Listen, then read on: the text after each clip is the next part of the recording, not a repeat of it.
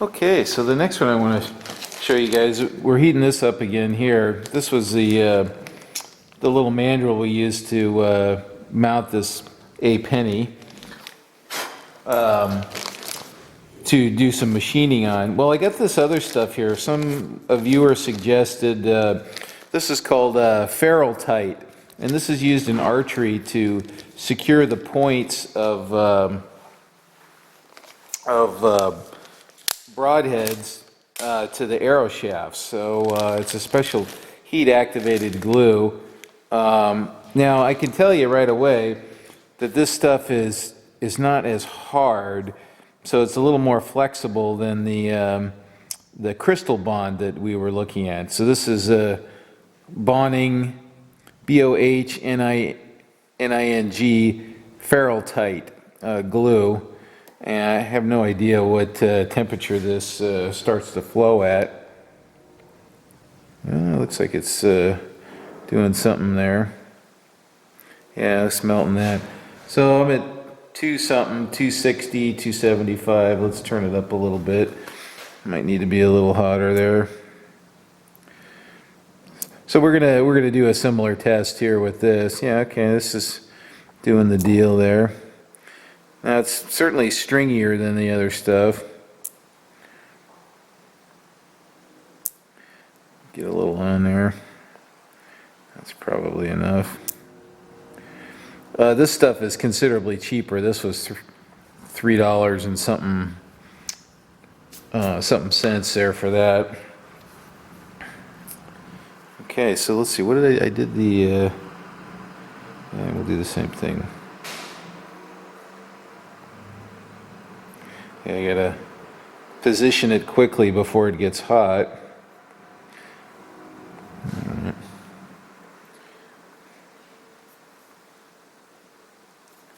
Yeah, that's getting hot.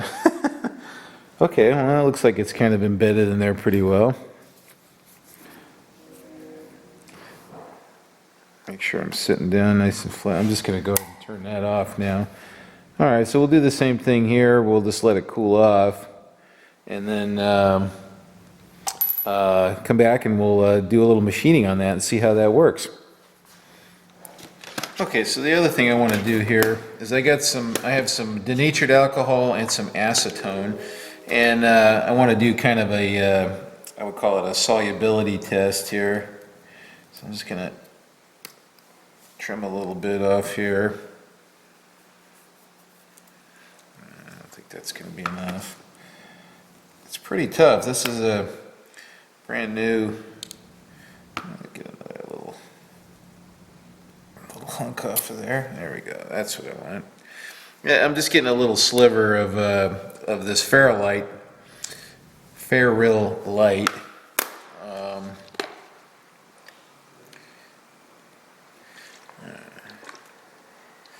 little dose there.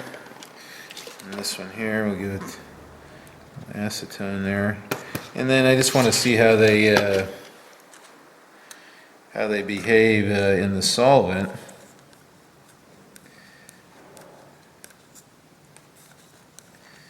Well, that's yeah, I would say that the denatureds dissolve it, or it's softening it and dissolving it. Okay, so that looks pretty good. Like a dope, I didn't get a towel over here.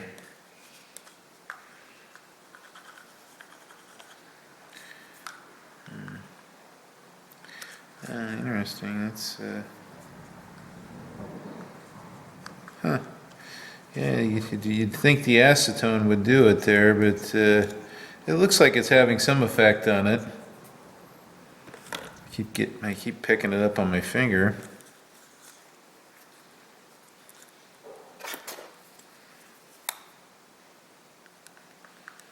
I think that, I don't know, my vote's for the denatured on this, in this case here.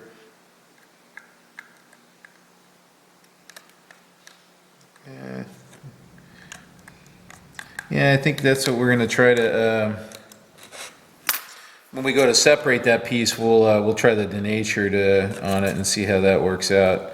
That way we can try to separate it without using heat again. So anyway, so it looks like the denature might be the one. We'll more on that shortly.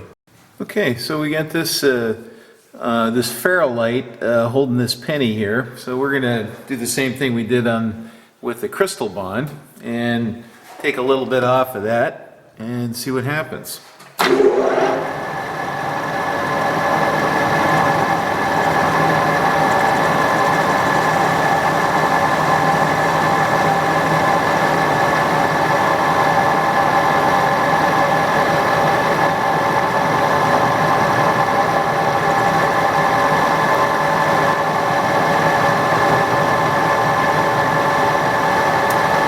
It looks like it's working fine. As good as the other. Let's go even thinner here. I'm just hand feeding this, just so you guys know. Alright, and so that's 20 thousandths thick now. Let's go down to 15. And let's see if it hangs in there.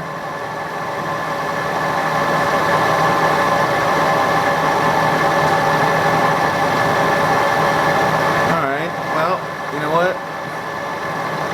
Where am I going here? I'm going the right way here. Let's go down to 10. Let's try 10.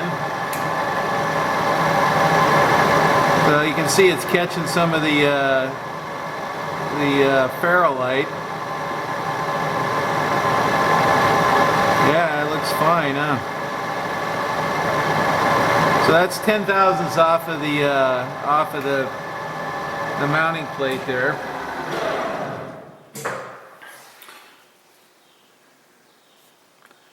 All right, well, let's take that out of there and let's soak it for a little while and see if we can separate that in a reasonable way. All right, this has been soaking in here for a little while. Let's see if it's loosened it enough.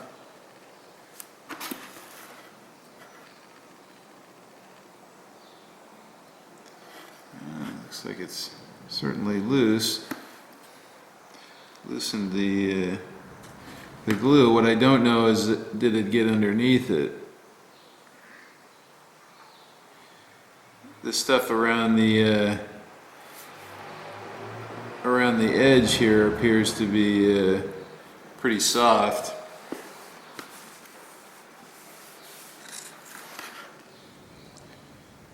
But you really gotta, it has to kind of wick underneath there to do any good. And the whole idea here is that you don't want to, you know,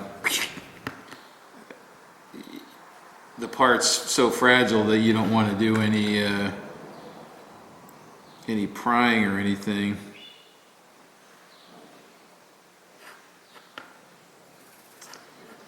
Alright. I think I'm gonna put it back in and see if we can get that thing to release.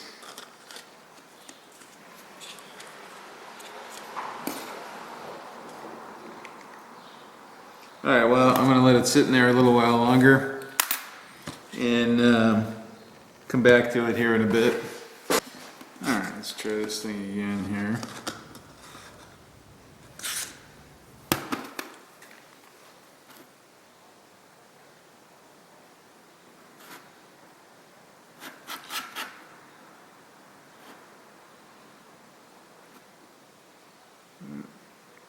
Boy. Oh, there it goes.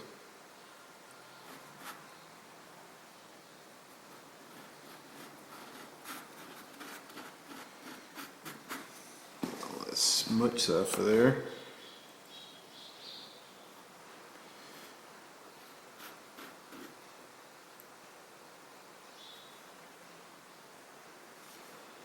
Alright, well,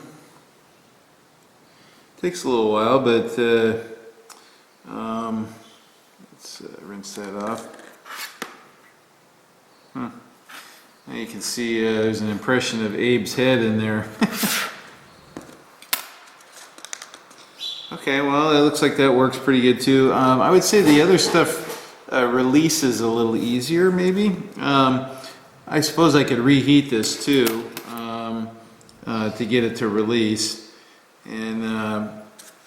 but it appears it works very similarly to the crystal bond. So there's a cheap alternative to the crystal bond. So it's $4 for one of these, and it's a little softer and a little harder to release, but it seems to work for these kind of applications. So anyway, looks like most of it's has come off too. So there's a 10,000th thick penny now, so pretty small. Okay, all right, well, thanks for watching that, guys. So one last quick little thing here is I spent a fair amount of time trying to clean this thing, and anyway, it was kind of a pain to clean. So I would have to give the nod to the crystal bond over this Ferrite glue. This Ferrite seems to behave more like a hot glue you'd see for a hot glue gun. That seems to be kind of how it behaves. And the residue, this has still got some, I don't know how well you can see it, but oh, look at that. It's got residue on it still, and you know, this is now a pretty fragile part, right? It's only 10,000ths thick, so you wouldn't want to be doing a lot of scrubbing on that. And so kind of the idea behind this technique is that you might be doing something that's very thin or very small or very delicate, and you don't want to be scrubbing it too hard. So anyway, the crystal bond seems to come off much easier and more completely rinsing it in solvent. So and this was denatured alcohol, just as a reminder. So anyway, that's the closing statement on that. All right, so this is the last one we got today, and what this is actually, it's a really neat looking handle here. And you can probably see that it's cast iron, okay? And it didn't break from being used, it broke from being dropped from kind of a high height. But what's interesting is what this thing is. What it is, it's for tuning the pipes on pipe organs. So, or maybe not tuning it, but doing an operation on the pipes. This is a little hand crank fixture that pushes in and makes a cone on the end of the pipe or dimples the pipe or something like that. It's a real old-timey tool. What's real interesting from a kind of a machinist standpoint is, let's see if I can find it. This is half 12, so it's half-inch diameter, but it's 12 threads per inch, which is I don't think I've really, I've heard of this, but I've never really bumped into it myself. So let's see if I can, you guys can see that, but that's the fit right there. So anyway, there's a guy down the way here that his wife rebuilds the pipes and for pipe organs. Anyway, they dropped their little tool, and so I'm going to put it back together for him. So I'm going to go clean this up, and then we're going to do a little TIG welding with my nickel 99 rod is how we're going to put that back together. So I'll be right back. Okay, so I got them cleaned and I got them prepped. Now, I think I've mentioned this before, is for little stuff like this, I don't grind a cone on the end. I grind two opposing chisel bevels.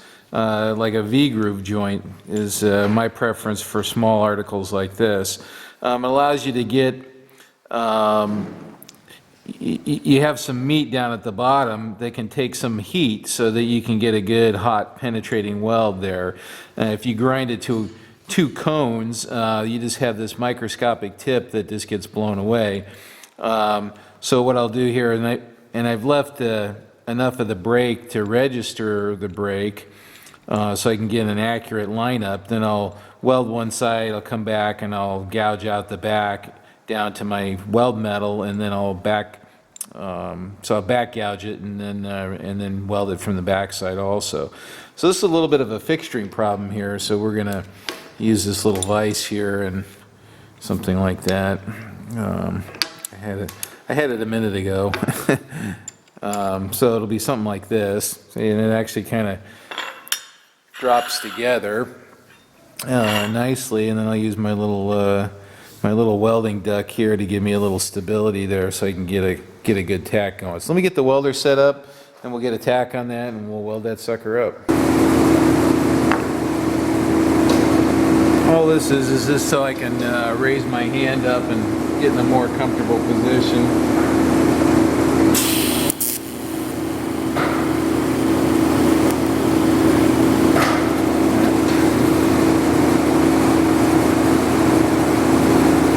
Need a little more current.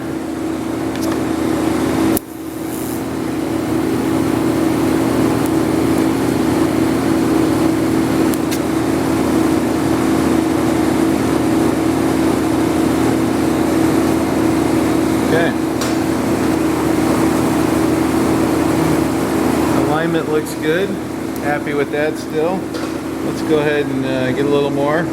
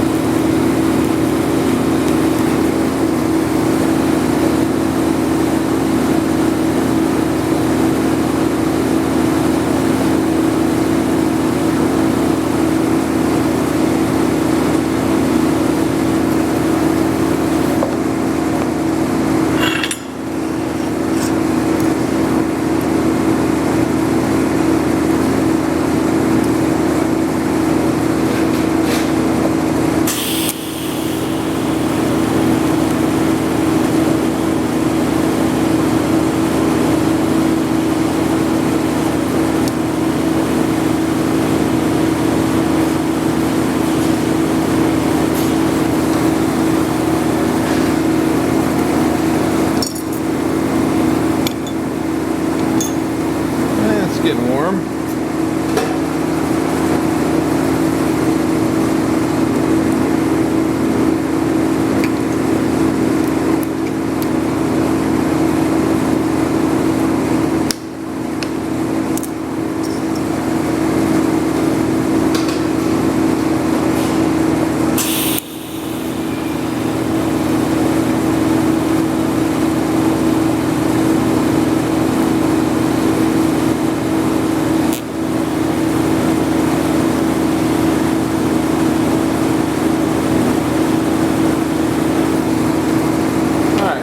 Let that cool off. I'll back gouge that and then weld that backside up. Okay, so I back gouged it there and down to my other weld metal. So now we'll go ahead and fill that little sucker up from this side. Should give us 100% penetration and allowed my fixturing.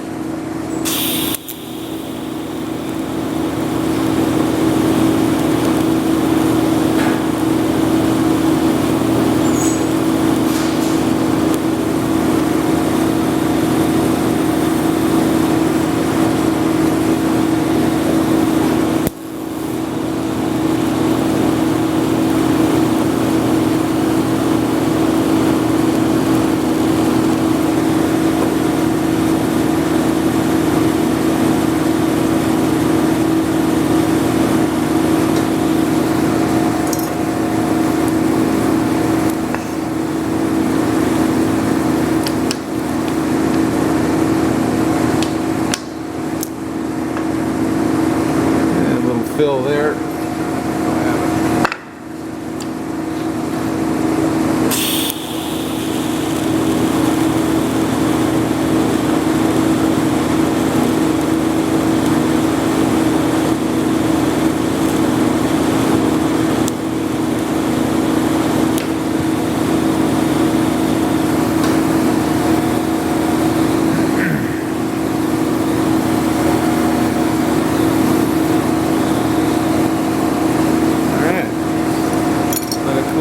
And we're almost done.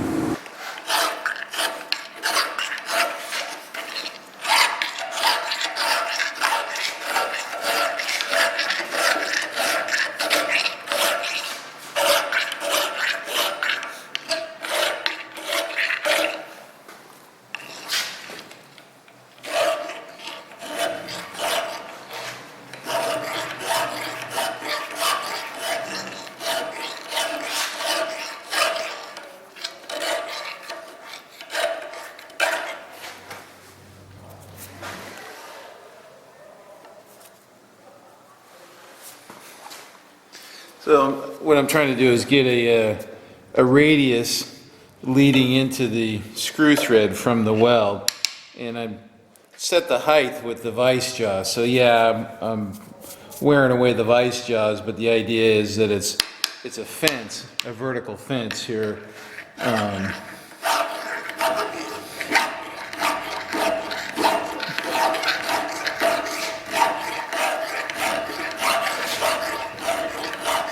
So I can form a nice line to work off of.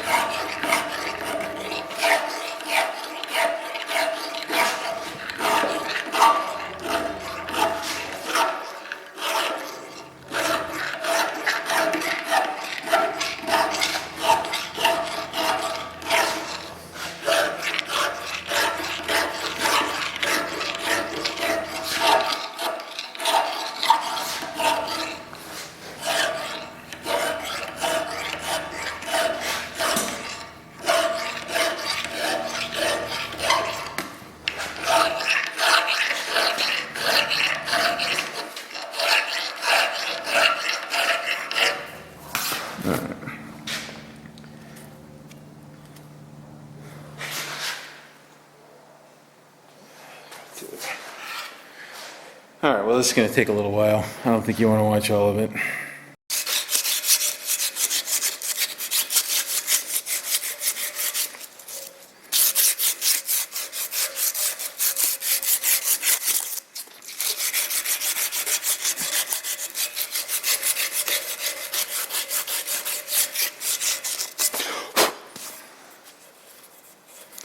All right, well.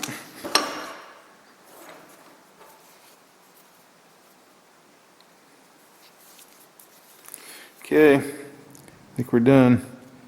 Time to get off the horse. Thanks for watching, guys.